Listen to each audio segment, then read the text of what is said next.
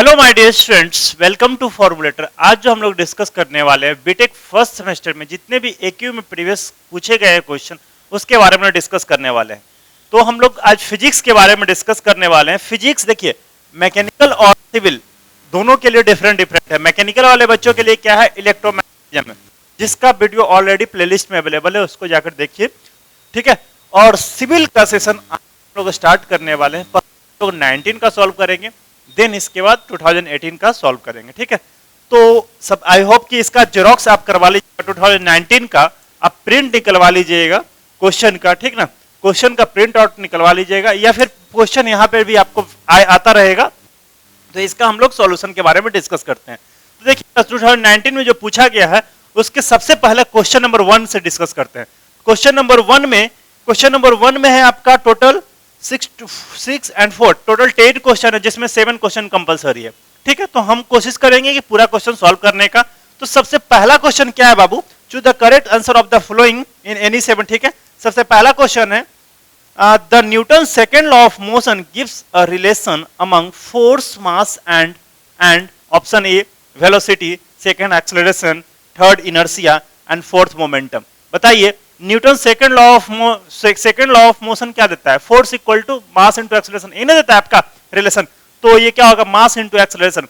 जो फोर्स दिया हुआ, मास दिया हुआ, तो थर्ड क्या हो जाएगा आपका मास एक्सेलरेशन। मींस फर्स्ट क्वेश्चन का आंसर क्या हो जाएगा बाबू, फर्स्ट क्वेश्चन का आंसर हो जाएगा आपका एक्सेलरेशन, एक्सेलरेशन, ठीक है। इसके बाद सेकंड क्वेश्चन जो पूछा जा रहा है, the system returns to equilibrium is known as critical damped. The system returns to equilibrium is known as critical damped. देखिए इस क्वेश्चन को समझाने के बाद हम लोग एक सबसे इंपॉर्टेंट पॉइंट को डिस्कस करने वाले हैं। सबसे इंपॉर्टेंट पॉइंट को डिस्कस करने वाले हैं डैम्पिंग फैक्टर के बारे में, डैम्पिंग रेशियो के बारे में, ठीक है। तो देखिएगा यहाँ पे क्या बोल रहा है, the system returns to equilibrium is known as critical damped. तो पहले समझ लेते हैं कि क्रिटिकल डैम्प्ड क्या होता है, ओवर डैम्पिंग क्या होता है और अंडर डैम्पिंग क्या होता है। तीनों को हम लोग रिलेट करते हैं। क्या ये 2019 में पूछा गया है ना, क्रिटिकल डैम्प, हो सके ओवर डैम्पिंग पूछ दे, हो सके अंडर डैम्पिंग पूछ दे। तो हम लोग तीनों के बारे में हम लोग डिटेल डिस्कस कर लेते हैं। देखिएगा सबसे पहला हम लोग डिस्कस करते हैं जो डैम्पिंग फैक्टर है, इसको हम लोग बोलते हैं डैम्पिंग रेशियो, या इसको डिनोट करेंगे हम लोग जाई से। जो डैम्पिंग फैक्टर होगा इसको हम लोग डिनोट करेंगे जाई से, डैम्पिंग फैक्टर, डैम्पिंग फैक्टर और डैम्पिंग रेशियो, डैम्पिंग रेशियो। जब ये जाई की वैल्यू आपका ग्रेटर देन 1 हो, इसको बोलते हैं ओवर डैम्प्ड वाइब्रेशन, ओवर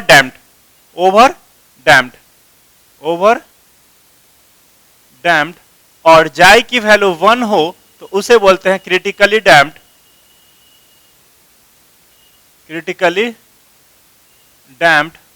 और जाई की वैल्यू लेस देन 1 हो तो इसको बोलते हैं बाबू under damped vibration, under damped.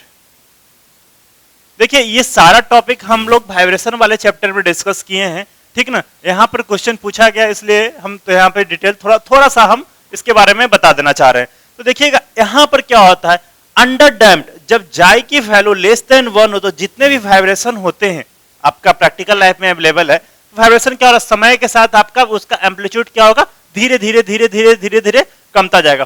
तो इस तरह के वाइब्रेशन को बोलते हैं अंडर डैम्प्ड वाइब्रेशन, ठीक है। इसके बाद आता है critically damped vibration. Critically damped में एग्जांपल में आप ऐसे समझ सकते हैं, AK-47 से जब फायर होता है, AK-47 से जब फायर होता है तो इस तरह के एग्जांपल आपको आएगा क्रिटिकली डैम्प्ड में। ऑटोमेटिक शॉक एब्जॉर्बर, ऑटोमेटिक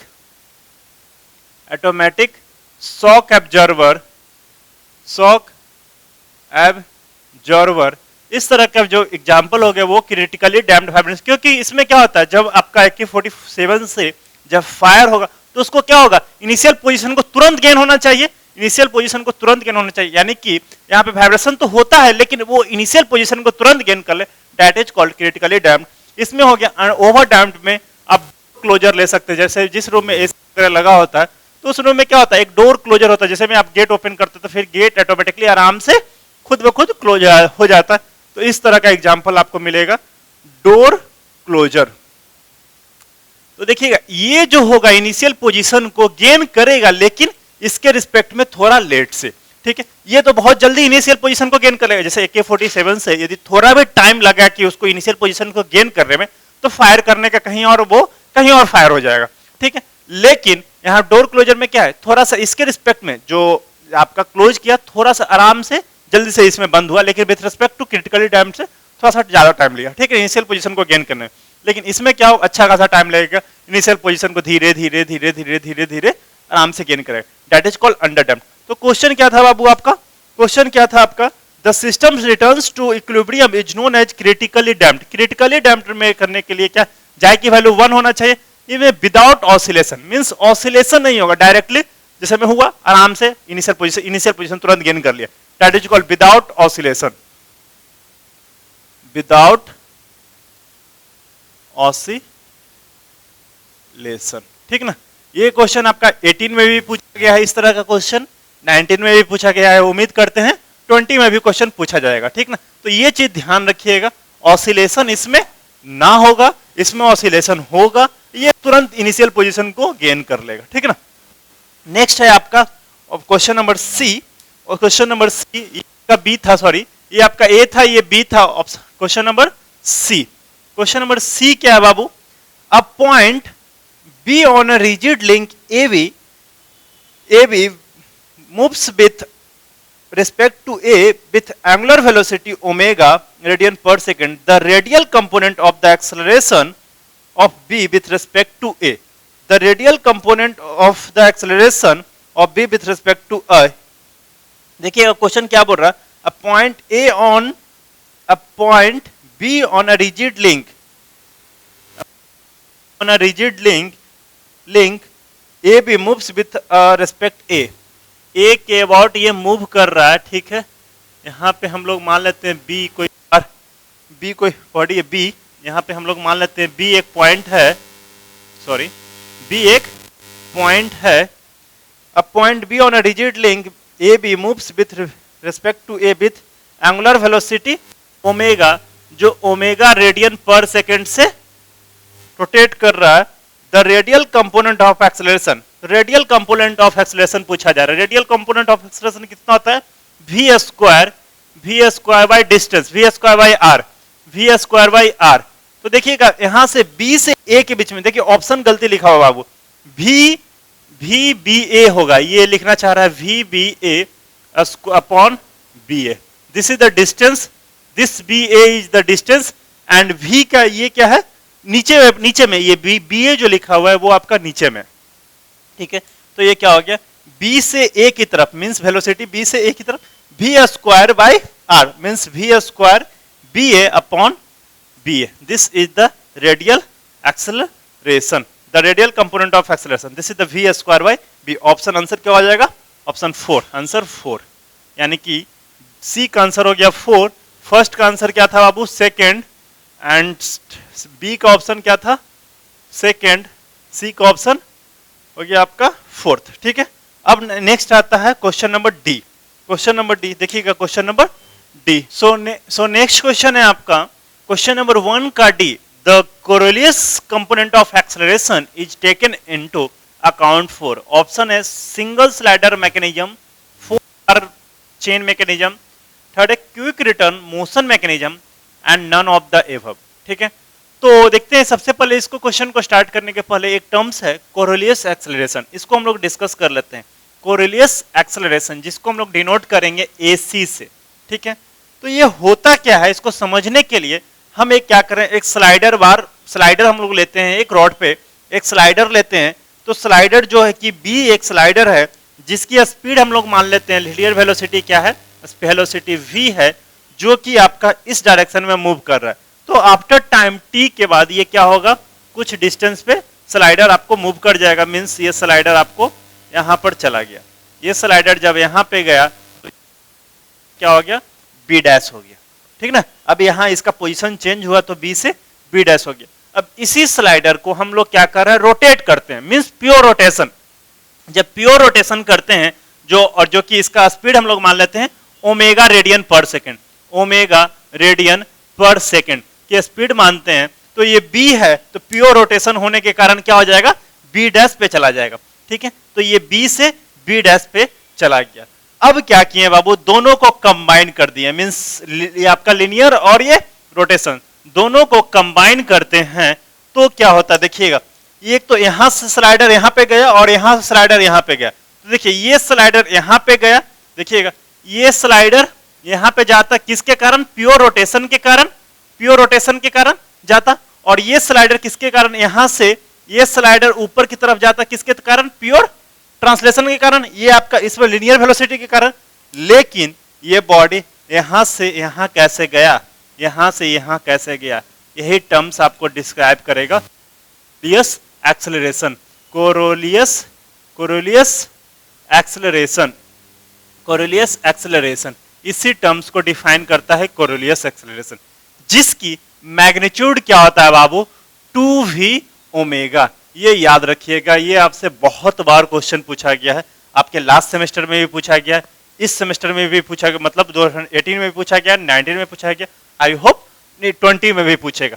ठीक है, ये टर्म्स था, इसको कोरिलेशन एक्सप्रेशन का इसका डेफिनेशन वगैरह पूछता है, यदि 4 मार्क्स में पूछता है डेफिनेशन तो क्या कीजिएगा, this acceleration will always be associated with a slider, this acceleration is always associated with the slider when the slider is sliding on the rotating body, when the slider is sliding on the rotating body। क्या बोल रहा है, this acceleration is always associated with the slider and slider is sliding on the rotating body, rotating body पे आपका slider slide होगा तभी ये acceleration picture में आएगा, अदरवाइज ये पिक्चर में नहीं आएगा। इसका मैग्नीट्यूड बाबू क्या होगा, 2v ओमेगा। समझ में आ गया, ध्यान रखिएगा, this acceleration is always associated with the slider and slider is always sliding on a rotating body, always sliding on a rotating body and its magnitude is 2v omega. यही आपको याद रखना है, और इस पे क्वेश्चन अभी 2 मार्क्स में पूछा है, मे बी नेक्स्ट सेमेस्टर में 4 मार्क्स में पूछ दे या फिर उससे ज्यादा में भी पूछ सकता है, इस पे बेस्ट क्वेश्चन भी आते हैं। ठीक ना, ये आप लोग के important point, important area already हम वीडियो लेक्चर में डिस्कस कराया हुआ है। ठीक है, अब हम लोग मूव करते हैं नेक्स्ट क्वेश्चन की तरफ। नेक्स्ट क्वेश्चन क्या है बाबू, क्वेश्चन नंबर E1 का E है, क्या बोल रहा है, अर्थ इज स्पिनिंग। देखिए ये थ्योरेटिकल पेपर है, थ्योरेटिकल क्वेश्चन है EFG। तो क्वेश्चन नंबर E क्या है, डी का ऑप्शन क्या हो गया बाबू, डी का ऑप्शन हो गया आपका स्लाइडर क्रैंक मैकेनिज्म, डी का ऑप्शन हो गया आपका स्लाइडर क्रैंक मैकेनिज्म। E बात किया जाए F और G, इसी जगह हम लिख देते हैं।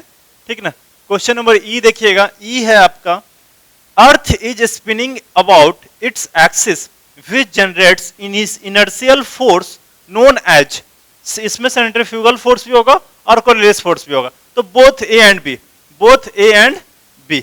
अर्थ is spinning about its axis which generates inertial force known as centrifugal force as well as Coriolis force. ठीक है, नेक्स्ट क्या है, F क्वेश्चन है, F question, a rotating merry-go-round speed is example of, a rotating merry-go-round speed is example of inertial reference frame, inertial reference frame। and fourth G क्या है बाबू, G है आपका the linear acceleration of rotating body is given by, the linear acceleration और angular acceleration के बीच में relation क्या होता है, A equal to R alpha, A equal to R alpha means कौन सा ऑप्शन है, option A means A equal to R alpha, this is the linear acceleration and angular acceleration का relation. Next question क्या है, the work done by a conservative force. देखिएगा बाबू, आपका question H है, 1 का H, the work done by a conservative force. इस तरह का क्वेश्चन एक और पूछा गया है, the work done by a conservative force, या 3 का B, 3 का B में भी क्वेश्चन पूछा गया है आपका 4 मार्क्स, 3 का B में क्वेश्चन पूछा गया आपका 4 मार्क्स में शायद, हाँ 3 मार्क्स में पूछा गया। ठीक है, मींस ऑब्जेक्टिव और सब्जेक्टिव दोनों क्वेश्चन पूछा गया, तो इसको हम डिटेल थोड़ा सा लिख देते हैं, कंजर्वेटिव फोर्स क्या होता है और नॉन कंजर्वेटिव फोर्स क्या होता है। देखिएगा 3 का B। सो नेक्स्ट क्वेश्चन है अपना का H, the work done by conservative force depends on. देखिए बाबू, सबसे पहले हम लोग ये डिस्कस कर लें कंजर्वेटिव फोर्स और नॉन कंजर्वेटिव फोर्स। यही क्वेश्चन आपका 3 का B है, 3 क्वेश्चन का पर भी क्वेश्चन में यही इसी को पूछा गया, कंजर्वेटिव फोर्स क्या होता है और नॉन कंजर्वेटिव फोर्स क्या होता है। देखिएगा, a conservative force is a force that the zero work done, means work done आपका जीरो होना चाहिए in a closed path, means closed path में, पूरे कंक्लोज्ड पाथ में वर्क डन आपका जीरो हो, तो उस तरह को फोर्स को हम लोग बोलते हैं कौन सा force, conservative force. Are those which works depends on initial and final points, इसमें सिर्फ और सिर्फ इनिशियल और फाइनल पॉइंट्स पे वर्क डन डिपेंड करता है, जैसे में gravitational force, elastic force and electric force.